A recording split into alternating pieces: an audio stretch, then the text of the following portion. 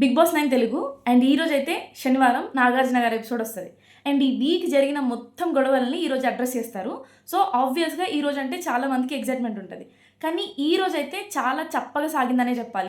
ఎందుకంటే ఈ వీక్లో జరిగిన పెద్ద గొడవ సంజన గారు గుడ్డును దొంగతనం చేసినందుకు మిగిలిన హౌస్మేట్స్ అందరికి కూడా చాలా గొడవ జరిగింది. దాంట్లో వేరియస్ టాపిక్స్ ఉన్నాయి, కానీ దాంట్లో ఏ ఒక్కదాన్ని అడ్రస్ చేయలేకపోయినారని అనిపించింది. అండ్ ఇంకొకటి, బిగ్ బాస్ అంటే నాకు చాలా ఇష్టం, కానీ ఎక్కడో బిగ్ బాస్ టీం వాళ్ళకి సీరియల్స్లో వర్క్ చేసే ఆర్టిస్టులు అంటే మహా ప్రేమ అని అనిపిస్తుంది. తనుజ గారి మీద అంటే నాకు అస్సలు ఏం అగనిస్ట్ లేదు, ఆమె అంటే నాకు చాలా ఇష్టం కూడా. కాకపోతే థింగ్ ఏంటంటే ఆమె కొంచెం ఇన్సెన్సిటివ్గా బిహేవ్ చేసిన మూమెంట్స్ కూడా ఉన్నాయి. రితు పడ్డప్పుడు కానీ అండ్ వంట చేస్తున్నప్పుడు చిరాకు పడ్డం కానీ అవి మనం కూడా చూసాం. అండ్ అది వాళ్ళు చెప్పడానికి ట్రై చేశారు.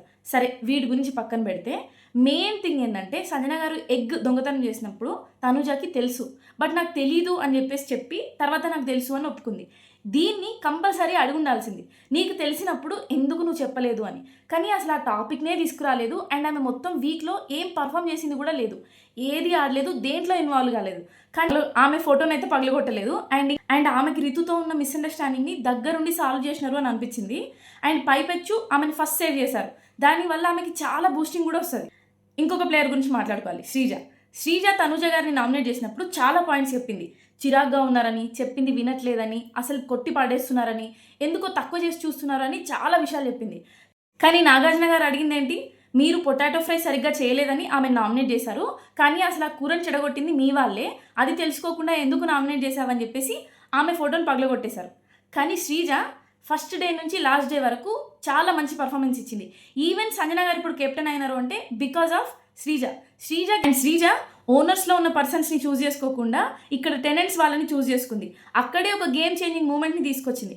దాన్ని దేన్ని అడ్రస్ చేయకుండా జస్ట్ బికాస్ తనుజాని ఈమె రాంగ్ పాయింట్తో నామినేట్ చేసింది అని ప్రూవ్ చేయడానికి ఆమె ఫోటో పగలగొట్టడం అయితే రియలీ అన్ఫేర్. నేను ఫస్ట్ మాస్క్ మ్యాన్ హరీష్ గారిని చూసినప్పుడు ఈయన మంచి కంటెంట్ ఇస్తారు, బాగా ఆడతారు అని అనుకున్నా.